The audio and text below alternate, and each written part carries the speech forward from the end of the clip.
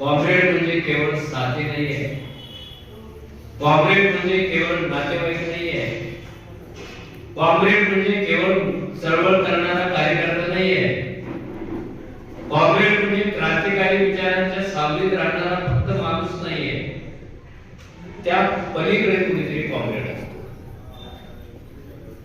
मग ते पलीकडे म्हणजे काय असतं आणि तिथला हा कोण असतो?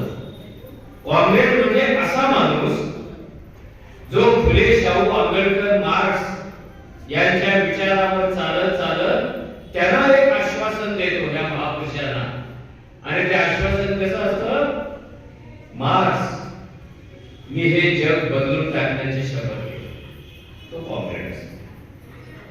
मी व्यवस्था बदलाची शपथ घेतो. तो कॉम्रेड असतो. आणि नुसतं शपथ घेऊन चालत नाही, त्याग करावा लागतो, रात्रंदिवस संघर्ष करावा लागतो, स्वतःला विसरावं लागतं, स्वतःचं कुटुंब विसरावं लागतं आणि लढाईनं भरलेल्या रस्त्यावर रात्रंदिवस निघाल्यावर चालावं लागतं. त्याला कॉम्रेड म्हणतात. त्यापैकी एक तत्व. हे सोपं नाहीये.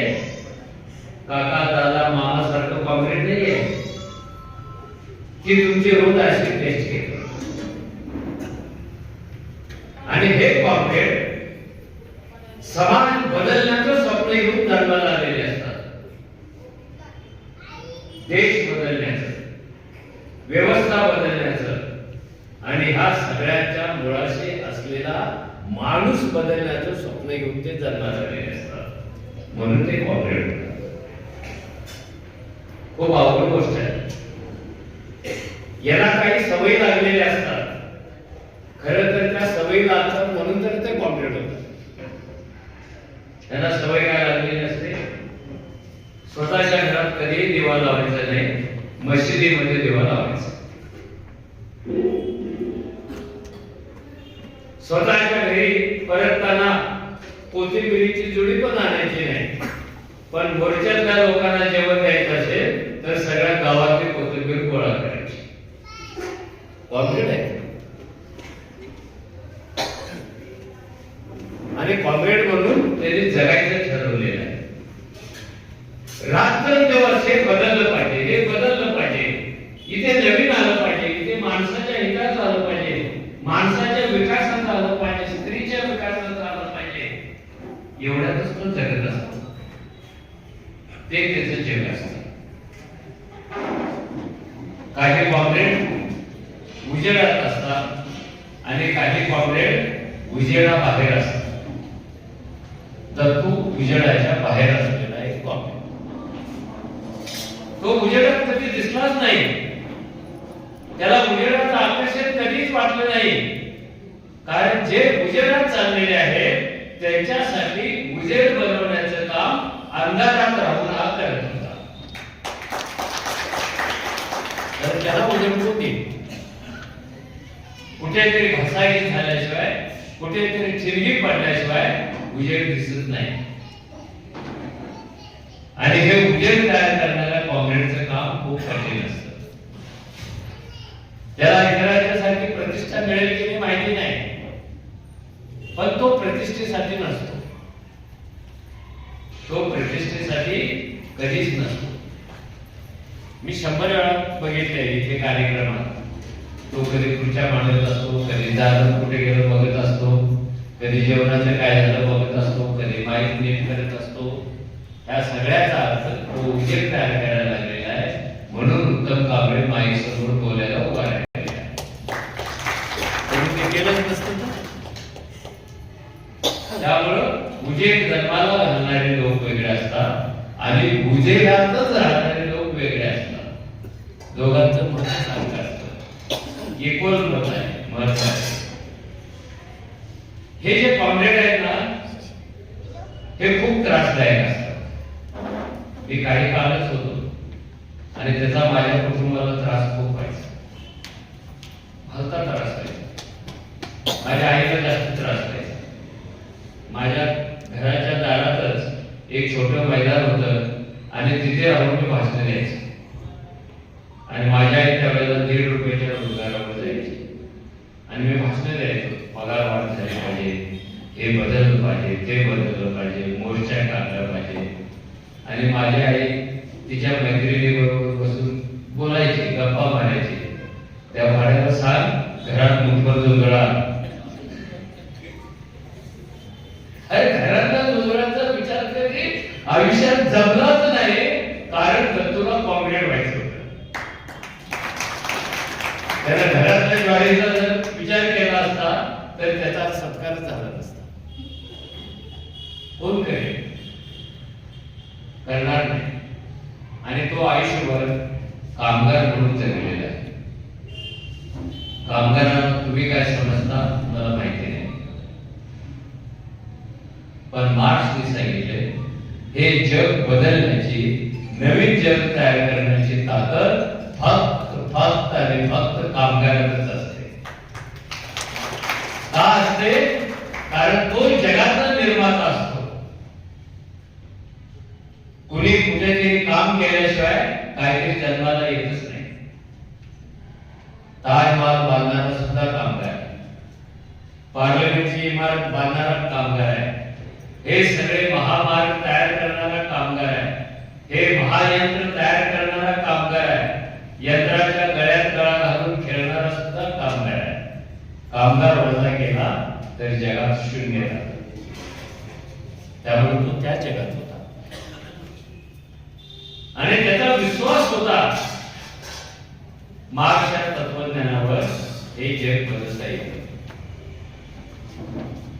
आणि असा विश्वास अनेकांचा नसतो. का नसतो? हे जग देवाने तयार केलेलं आहे, त्यामुळे ते बदलतच येत नाही. आणि हा काय सांगत होता? हा जग माणसाने तयार केलेला आहे म्हणून ते बदलत आहे. फरक आहे. जी गोष्ट माणूस तयार करतो ती बदलता येते आणि देव तयार करतो ती बदलताच येत नाही. कुणाच्या बाजूने होता हा? मिरवणुकीत दंग होणाऱ्या देवाच्या बाजूने नव्हता हा, तर मोर्चामध्ये लाटा खाणाऱ्या माणसांच्या बाजूने होता. म्हणून तो कॉम्रेड आहे. आताची परिस्थिती खूप अवघड आहे कॉम्रेडच्या दृष्टीने, कामगारांच्या दृष्टीने, कंपन्यांच्या दृष्टीने. कारण प्रत्येक ठिकाणी कामगारांच्या छातीवर बसण्यासाठी यंत्रमानव आलेला आहे, रोबोट आलेला आहे, एआय आलेला आहे. आणि तो कामगारांच्या छातीवर बसतो, झुंजतो आणि त्याच्या बोटावरचा भाकरीचा घास तो खाण्याचा प्रयत्न करतो. म्हणून आपण अतिशय वाईट परिस्थितीमधून चालतो. आपण यंत्राला विरोध करतो का? नाही करत. कारण यंत्राला कामच करतो आपण. आपण कोणत्या यंत्राला विरोध करतो?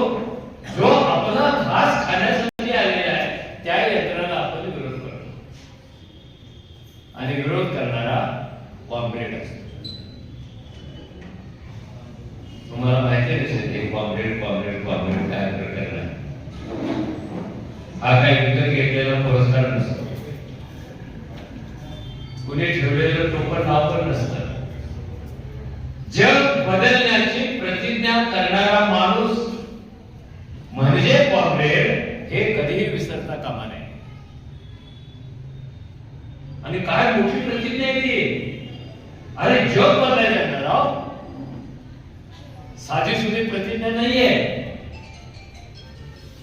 ही, देवाची प्रतिज्ञा नाहीये ही, माणसाला बदलण्यासाठी केलेली प्रतिज्ञा आहे. ती त्याने केली आहे. त्याचं छोटं जग आहे. म्हणून मी म्हणालो मी त्याच्यावर का चिडतो? कारण माझी कामाची पद्धत वेगळी आहे, त्याची कामाची पद्धत वेगळी आहे. मला वेळ वाया घालवलेला अजिबात आवडत नाही. घड्याळाच्या काट्यावर चाललेलं मला आवडतं.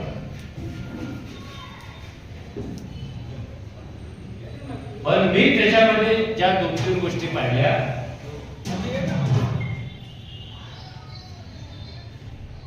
एक पुन्हा त्या गोष्टीचा विचार करत सांगतो मी तुम्हाला. जग बदलण्याचं स्वप्न त्याच्याकडे किती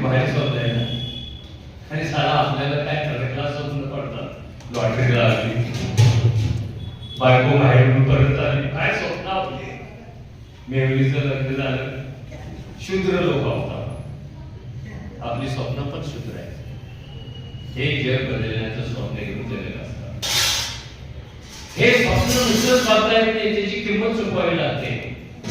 त्याच्यासाठी प्रामाणिकपणा असावा लागतो, कष्ट असावं लागते, जिद्द असावी लागते, हवेतील स्वप्न असावं लागतं आणि प्रसंगी प्रत्येक गोष्टीचा त्याग करण्याची तयारी लागते. इथे त्याच्या कुटुंबाचा कस लागतो. कॉम्रेडची बायको पण तशीच खमकी असायला पाहिजे जी त्याला मिळाली. आणि आमच्या बायका 5 वाजता ऑफिस सुटले की 5:15 वाजता मोबाईल कुठे आहे, कुठे गंगाऱ्यात चाललंय का, 5:30 वाजता तिने घरी आलं पाहिजे, कॉलवेलवर बोट दाबलं पाहिजे, मग ती दरवाजा उघडणार, मग त्याला चहा देणार, दोघं मिळून भाजी आणायला जाणार, सोबत झुकर असणार आणि कोथिंबीरची एक काडी किती जास्त मिळेल याच्यावर नवरा बायको मिळून त्या भाजी विक्रीसाठी वाद करणार. ही कॉम्रेडची बायको नाही, ही सामान्य माणसाची बायको. कॉम्रेडची बायको कशी असते, नारायण सुर्वेच्या कवितेत आर्मीच्या जवानांच्या बायका कशा असतात हे तिथे कळतं. म्हणून कॉम्रेड घडवायचा असेल, कॉम्रेड टिकवायचा असेल, त्याला त्याच्या रस्त्यावरून चालायला प्रोत्साहन द्यायचं असेल, यस आगे बढो म्हणायचं असेल तर त्याच्या कुटुंबाचा रोल खूप महत्वाचा असतो. आणि तसंही पत्नी मिळणं, तसा भाऊ मिळणं, तसे आई वडील मिळणं, कारण सगळ्यात सोसणारी असते ना ती कॉम्रेडची बायको असते. सगळ्यात कॉम्रेड पेक्षा जास्त सोसते, कारण कॉम्रेड म्हणजे एक धगधगता निकार आहे आणि तो पदरात घेऊन संसार करायचा आहे. तो माणूस कुठे असतो, तो निखारा असतो. आणि निखारा पदरात पुस्तक घ्यायचा नाही, निखाऱ्यामुळे पदर चालणार नाही आणि निखारा पण विजणार नाही. अशी एक सर्कस ती माऊली आयुष्यभर करत असते, आयुष्यभर करत असते. ती कधीच घरातलं दुःख सांगत नाही. फोडणी कशाला द्यायची, भाताला द्यायची की वरणाला द्यायची, ती कधीच विचारत नाही. कारण ती पण त्याच्या लढाईचा एक अप्रत्यक्ष घटक झालेली असते. म्हणून कॉम्रेड व्यवस्थित बाहेर काम करू शकतात. अशा सगळ्या महिलांचा मला खूप आनंद आहे, मला खूप स्वाभिमान आहे, कारण कॉम्रेडची पत्नी आहे. हे काय वधूवर सूचक मंडळात जाऊन बायको आणलेली नाही, तसं नाही ना. हे बागेत बसून गाणं म्हणून बायको नाही आणलेली. कुणी सांगावं, आपण काय त्या परंपरावर विश्वास ठेवत नाही, पण अशी पत्नी मिळणं ना साला लयच भारी असते. नवरा जग बदलायला निघालेला आहे, किती भारी काम करतो नवरा माझा. जग बदलण्यासाठी नवरा तुरुंगात जातो, तुरुंगातल्या माणसाला मदत करतो. स्वतःच्या पायाच्या चपला फाटलेल्या जरी असल्या तरी कष्ट करणाऱ्याचा पगार वाढला पाहिजे यासाठी मोर्चात जातो बिन चपलाचा. किती ग्रेट आहे नवरा मला. नवऱ्याचा बर्थडे साजरा करणाऱ्या बायका वेगळ्या असतात आणि नवऱ्याच्या चळवळीचा बर्थडे साजरा करणाऱ्या बायका वेगळ्या असतात. ही आपली बहीण नवऱ्याच्या विचाराचा बर्थडे साजरा करणारी बाई आहे. आणि शेवटचा मुद्दा की ह्या सगळ्या परिस्थितीमध्ये